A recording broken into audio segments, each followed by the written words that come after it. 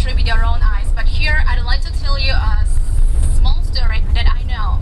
How 38th Guerrilla came into being, and who is the who divided our Korean country, our Korean peninsula, into two parts. In February 1945, there was a Yalta Conference about 3 states. You know this? Yeah. In this conference, Soviet Union, the USSR, decided to take part in the anti-Japanese war. Am I right? Yes.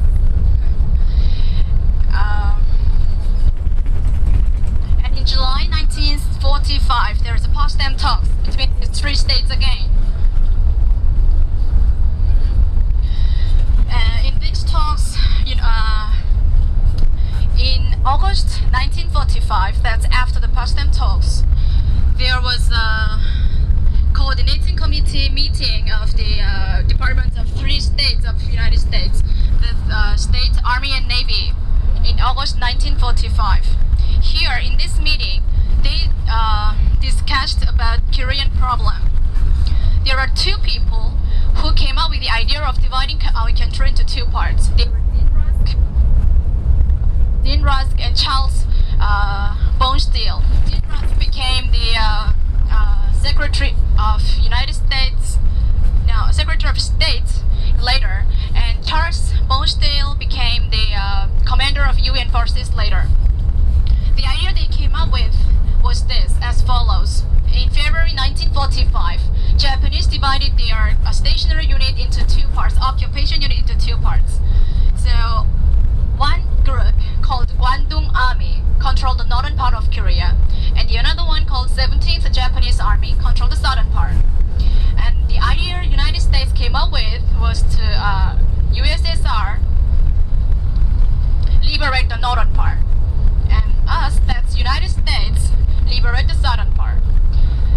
That's why they drew the line on the map that goes through the 38th parallel. Like this, the Korean problem was discussed without approval of Korean people, but according to the interest of the United States. From that time, our country became separated into 2 parts. But until that time, the United States didn't discuss this problem with the USSR, Soviet Union. They just informed this to Russia in August 1945. That was just before our country's liberation. In even Potsdam talks and Yalta Conference, they've never said even one word about dividing Korea into 2 parts.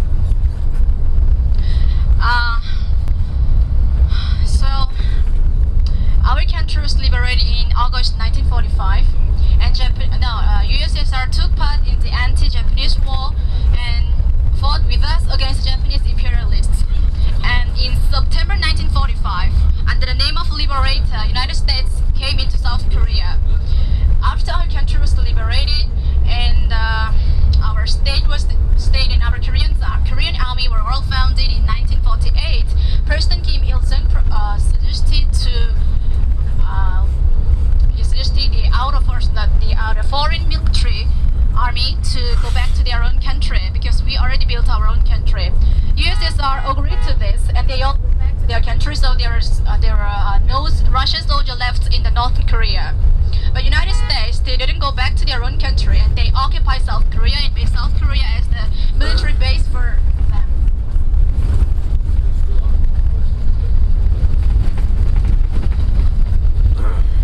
And 5 years after our country was liberated in 1950, Korean War was broke out. And from here, you've seen and heard in the Korean War Museum yesterday.